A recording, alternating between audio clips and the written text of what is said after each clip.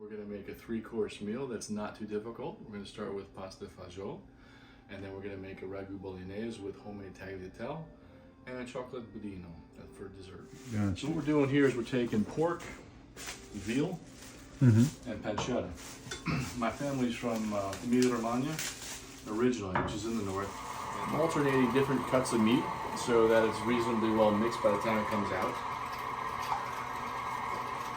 as opposed to running all the veal and then all the pork and then all the pancetta. Here's what's in your Ragu. Fresh ground meat, fresh vegetables, some tomato paste, some white wine, some milk. So in comparison here, we'll show you this.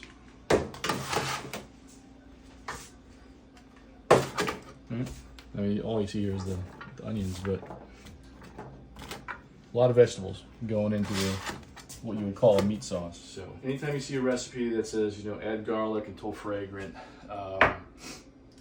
add it after the rest of the vegetables and right before whatever else you're going to put in there.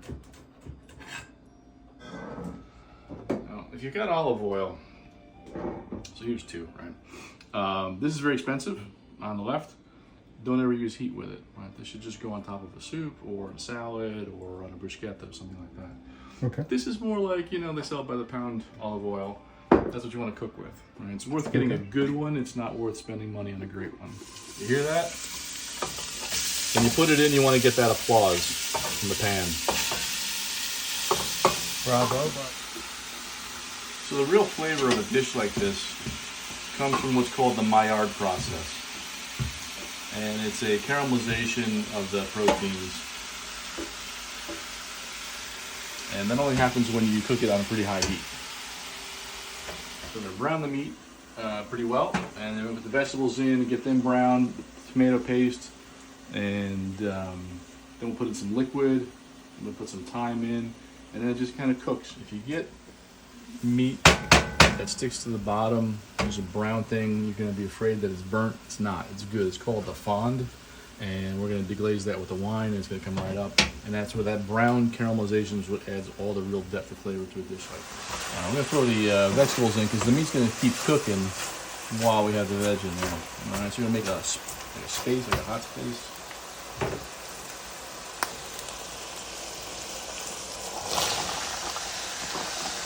A lot of vegetables.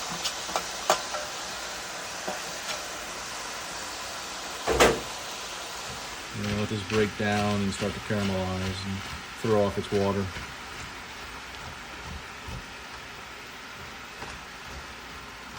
No, garlic is not in.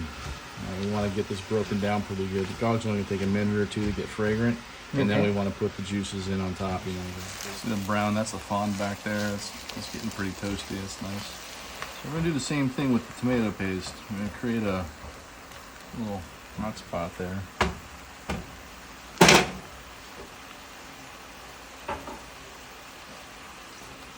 I like to use a butter knife. It seems to come out faster. So we'll get that down, get it in contact with the direct heat before we stir it in. Let it kind of develop some flavor. That's pretty good. Make a little space for the garlic.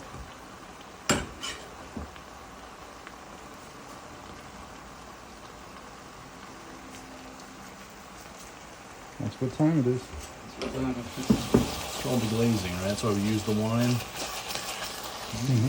Oh, look at it. It's going. One more over here. Now, why do you want that?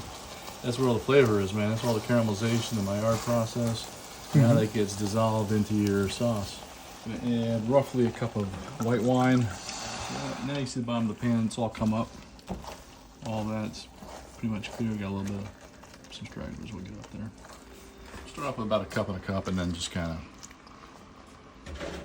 go on as needed in an alternate basis. And that's pretty much what we're looking for. We're just gonna let that top off because we want it to evaporate. Every time it evaporates, we concentrate the flavors. So let's get our mise en place for the pasta fagioli. It's going to be a base of pancetta, half an onion. So we're going to cut this into a dice. So this pancetta has just an amazing flavor. There's really no substitute for it, so find it out. You can use it as a base in risottos, soups, any number of things. We'll want to render the fat out of that. We're not trying to make a carbonara. Kind of more of a sweat. Trying to get these pieces here going to melt down a little bit more. What's the cut you're going for these tomatoes? Kind of a rough dice. You know, all this stuff is kind of trattoria level, rustic, flavorful. And it also kind of breaks down pretty well. What's in here? Oh, the aquafaba. That's just the stuff. That's just the liquid that's in the can with the dish. Don't throw it out. Throw it in there. It'll make a nice sauce. This warmed up, and then we're gonna put some chicken stock in, and then we'll finish it when we're ready with the pasta. So that's almost ready to go. So this is the traditional pasta used in pasta fagioli. So ditalini, just tiny little tubes like that. I've really only seen these in soups. I haven't seen anybody cook anything with them. And this is about a pound, so we use about a half a box. For that stuff. That looks good. That fixes everything. Oh, yes. And this is where you use your good olive oil. Just give a little drizzle. So this is a pretty simple pudding. We're going to take up the milk mixture and put it on the chocolate for heat transfer, and then we're going to whisk in the eggs, and then we're going to bake it slow at 325 in a bain-marie, which is a fancy word for water bath. And chocolate pudding is, you can see it's not terribly challenging to make. It's high payoff, and it's really homey. You can have, there's no gelatin, right? It's eggs, cream, and chocolate, sugar. And it's always a crowd pleaser. All right, so this is coming up now. It's starting to boil up. A little frothy on the top here. Right there. But I do have a weight or a balance at home. Yeah, kitchens, if you're doing any level of pastry, kitchens gonna You work do on need, money. yeah. Nope. Oh, there it is. Hey. That's so perfect. Yay! It's so perfect. So you're doing what right now? We're just mixing it in so that the chocolate melts into the liquid mixture.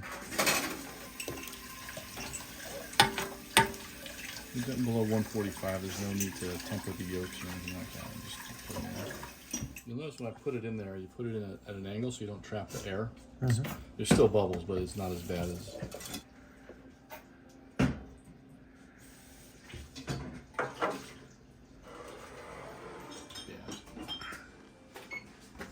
What's the time you're setting now? 40 minutes should be good. And what's the temperature you have it on? 325. What do you call it? Canning? Yeah. The jarring. Back in the old days, people would preserve the vegetables. And It's okay. so that worked out.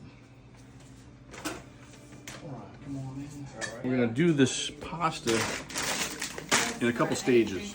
The flour water, it's going to create a liaison with the pappardelle, and then we'll serve it up. Oh, wow. So you see how it's getting kind of hazy? Okay, That's so the flour that's coming off. on to kind of more of the research, the lab, hands-on research. Oh, okay. So you have to be able to be. My mom used to grow rosemary. Yeah. You're Yeah. PhD, but you still have to do. It likes full sun and real hot weather. Oh, okay. Stop. Why are you opening the door?